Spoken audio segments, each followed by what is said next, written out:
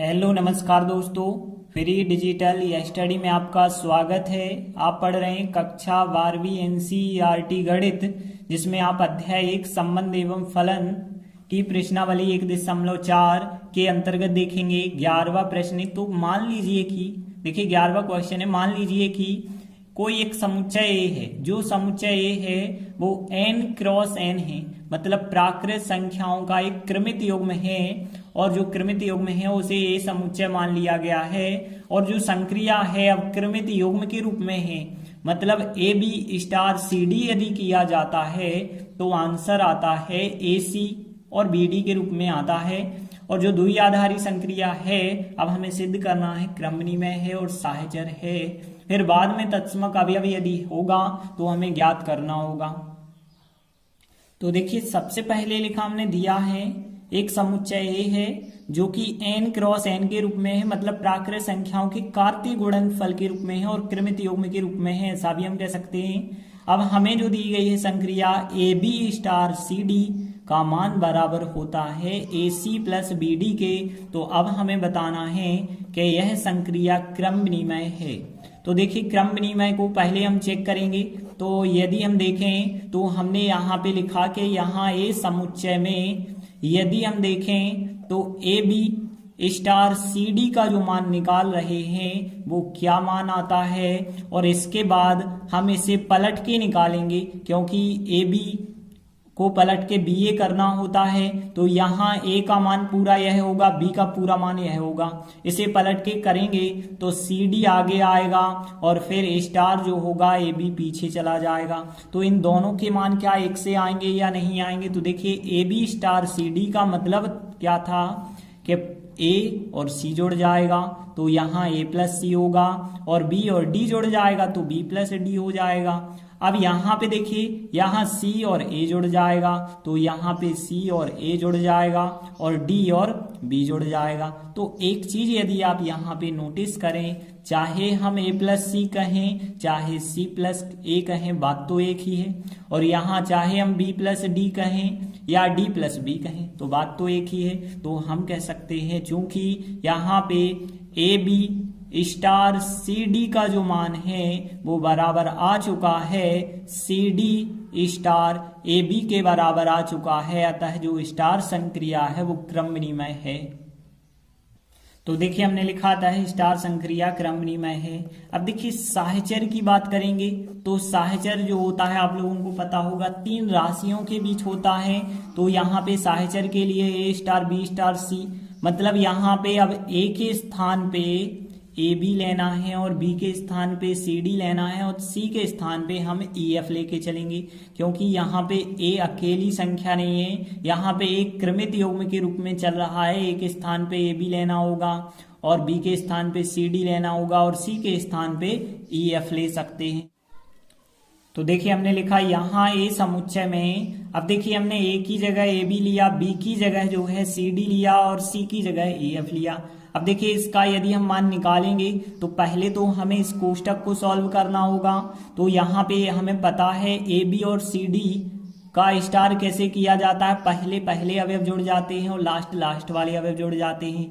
तो यहाँ पे देखिए यहाँ ए में सी जुड़ जाएगा तो ए प्लस सी होगा, फिर अल्पविराम बी में डी जुड़ जाएगा तो यहाँ पे बी प्लस डी होगा, और फिर इसका जो हमें स्टार करना होगा ई एफ के साथ। और देखिए जब आप ई एफ के साथ करेंगे तो यहाँ पे आंसर क्या आएगा, पहला अवयव पहले अवयव में जुड़ जाएगा तो ए प्लस सी प्लस ई आएगा, और दूसरा दूसरे अवयव में जुड़ जाएगा b plus d plus f आएगा। तो इस प्रकार से हमें प्राप्त हुआ है। अब देखिए हम तथा करके अब हम ए स्टार बी स्टार सी का मान निकालेंगे।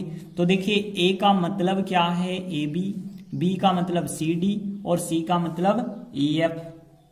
तो देखिए यहाँ पे मान कैसे निकाला जाएगा, ए के स्थान पे ए बी लिखा, बी के स्थान पे सी डी और सी के स्थान पे ई एफ लिखा। तो देखिए पहले तो बाहर वाली संख्या ए बी लिखी हमने, फिर स्टार।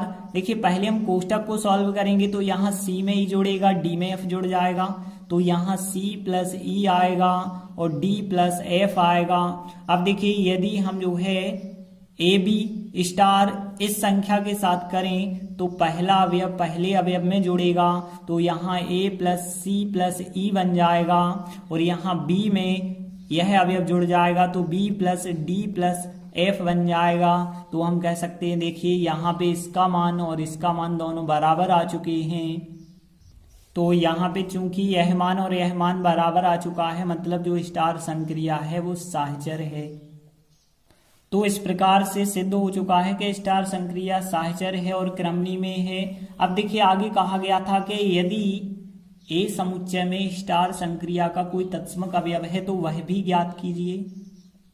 तो देखिए यदि हम तत्समक अवयव की बात करें तो हमें पता है ए का हम किसके साथ स्टार करें के आंसर ए आ जाए, तो जो ई अवयव होता है वो तत्समक अवयव कहलाता है। और पलट के भी यही नियम लागू होना चाहिए। मतलब कहने का अर्थ है कि हम ए बी का, ध्यान देना, ए बी का हम किस संख्या के साथ स्टार करें कि आंसर हमें ए बी का ए बी ही प्राप्त हो जाए।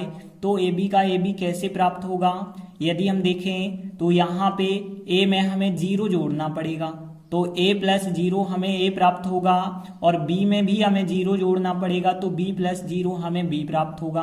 तो 0 0 तत्समक अवयव हो सकता है, लेकिन एक चीज देखिए, 0 0 हो सकता है, लेकिन n से n में कहा गया है n क्रॉस n, और 0 n के अंतर्गत नहीं आता है।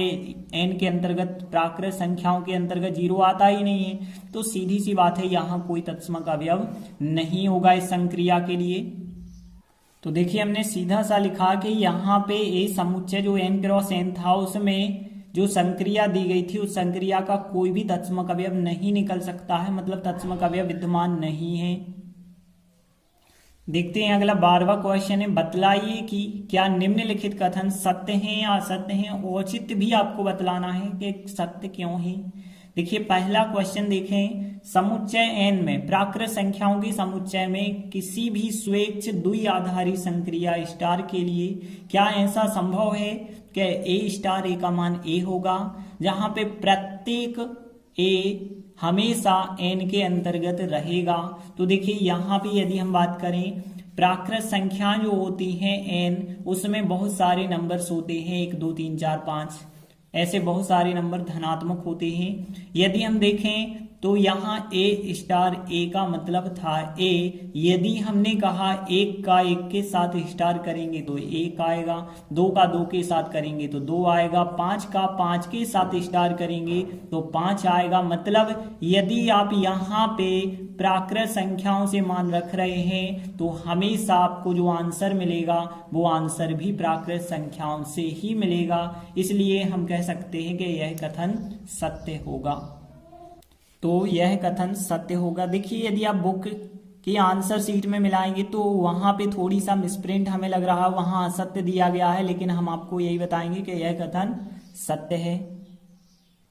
देखिए इसी का सेकंड देखें, यदि n में स्टार एक क्रमनी में द्विआधारी संक्रिया है।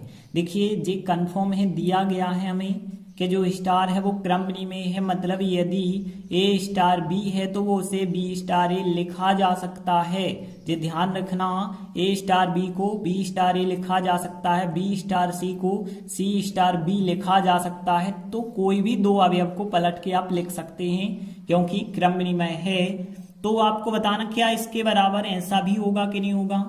तो देखिए हम ऐसा करते हैं, LHS लेते हैं और RHS सिद्ध करते हैं। तो देखिए यदि हमने यहाँ पे LHS साइड ली है तो A star B star C हमने लिखा, यहाँ पे ध्यान देना।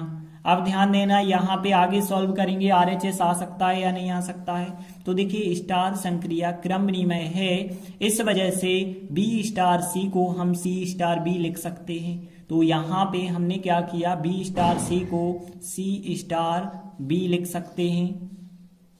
तो देखिए हमने लिखा चूंकि स्टार क्रमनिमय है इस वजह से हम B स्टार C को C स्टार B में बदल सकते हैं। अब ध्यान देना, देखिए एक अवयव और ये रहा पूरा का पूरा दूसरा अवयव, और हमने आपको यही बताया कि एक अवयव स्टार दूसरा अवयव है तो आप इसे पलट के भी लिख सकते हैं चाहे वो कोई भी अवयव हो, क्योंकि संक्रिया क्रम विनिमय है, तो इस वजह से आप यहाँ पे सी बी आगे लिख दें और ए पीछे लिख दें, ऐसा आप बिल्कुल कर सकते हैं। फिर कारण आप यही का यही लिखेंगे कि जो स्टार संक्रिया है वो क्रम विनिमय है। तो यहाँ पे एक चीज स्पष्ट हो जाती है कि LHS लेने पर हमें RHS प्राप्त हो जाता है। इस वजह से हम कहेंगे यह कथन भी सत्य है, यह कथन भी सत्य है। तो यहाँ पे दोनों कथन जो है सत्य हो जाते हैं। अब देखिए 13वां क्वेश्चन देखें। ए स्टार बी का मतलब यदि ए घन प्लस बी घन प्रकार से परिभाषित n में, मतलब प्राकृत संख्याओं से ए और बी के मान होंगे, तो इस संक्रिया पर विचार करना है और सही उत्तर का चयन करना है। स्टार साहचर क्रम विनिमय दोनों है, क्रम विनिमय है किंतु साहचर नहीं है, साहचर है किंतु क्रम विनिमय नहीं है, ना तो साहचर ना ही क्रम विनिमय। तो यहाँ पे कहने का मतलब है कि हमें चेक करना होगा साहचर और क्रम विनिमय को। तो देखिए यहाँ पे हमने लिखा दिया है n में प्राकृत संख्याओं में ए स्टार बी का मतलब ए घन प्लस बी घन। यदि हम बात करते हैं क्रम विनिमय की, तो क्रम विनिमय तो बिल्कुल होगा, क्योंकि यदि हम देखें तो n में ए स्टार बी का जो मतलब है वो ए घन प्लस बी घन है, और तथा यदि हम देखें बी स्टार ए करेंगे तो बी आगे रहेगा, बी घन प्लस ए घन रहेगा। और हमें पता है ए घन प्लस बी घन कहें या बी घन प्लस ए घन कहें, बात तो एक ही है। तो आप कह सकते हैं चूंकि ए स्टार बी का मान बी स्टार ए के बराबर है, अतः जो स्टार संक्रिया है वो क्रम विनिमय है। अभी यदि देखिए साहचर में बात करें तो साहचर में देखिए ए बी सी में थोड़ी करना कठिन होगा, हम एग्जाम्पल ले लेते हैं। तो यदि हम यहाँ पे देखें 1 स्टार 2 स्टार 3 का एग्जाम्पल हमने लिया है, और इसे यदि हम सॉल्व करते हैं तो 1 स्टार 2 का मतलब होगा 1 का घन प्लस 2 का घन, और फिर करेंगे स्टार 3 और देखा जाए 2 का घन होता है यहाँ पे 2 का घन 8 और 1 और जोड़ेंगे तो कितना होगा 9, और 9 स्टार 3 का अब हमें मान निकालना होगा। तो 9 स्टार 3 का मान क्या होगा 9 का घन प्लस 3 का घन होगा, और 9 का घन कितना होता है 729 होता है, प्लस 3 का घन कितना होता है 27, टोटल करेंगे तो कितना आएगा 756 आएगा। अब देखिए यही यदि हम पलट के निकालते कि एक आगे लिखते 2 और 3 में कोष्टक लगाते तो क्या आंसर आता 1 स्टार, देखिए 2 स्टार 3 का मतलब क्या होगा 2 का घन प्लस 3 का घन होगा। और आगे यदि आप देखें तो देखिए यहाँ पे हमने लिखा है 1 स्टार, और देखिए यहाँ पे 2 का घन होता है यहाँ पे 8, 3 का घन होता है 27, तो क्या बन जाएगा यहाँ पे 1 स्टार। तो देखिए यहाँ पे हो जाएगा 8 और 27, टोटल करेंगे 35, और 1 स्टार 35 का यदि आप मान निकालेंगे तो 1 का घन आएगा और 35 का घन आएगा। 1 का घन 1 और 35 का घन होता है 42,875 होता है, और 1 और जोड़ेंगे तो कितना 42,876 हो जाएगा। देखिए एक 756 और एक 42,876 दोनों बराबर नहीं आते हैं। तो देखिए हमने लिखा 1 स्टार 2 स्टार 3 बराबर नहीं आया है 1 स्टार 2 स्टार 3 के, इस वजह से जो स्टार संक्रिया है वो साहचर नहीं है। तो देखिए हमने लिखा है स्टार संक्रिया जो है साहचर नहीं है। तो यहाँ पे साहचर नहीं है लेकिन क्रम विनिमय है, तो देखिए यहाँ पे जो आंसर होगा वो आंसर आप मिलाएंगे कि क्रम विनिमय है लेकिन साहचर्य नहीं है, तो क्रम विनिमय है किंतु साहचर्य नहीं है, तो बी नंबर का आंसर करेक्ट आंसर होगा। तो इस प्रकार से हमने प्रश्नावली 1.4 कंप्लीट की। आगे के वीडियो में हम इसके उदाहरण करेंगे। धन्यवाद।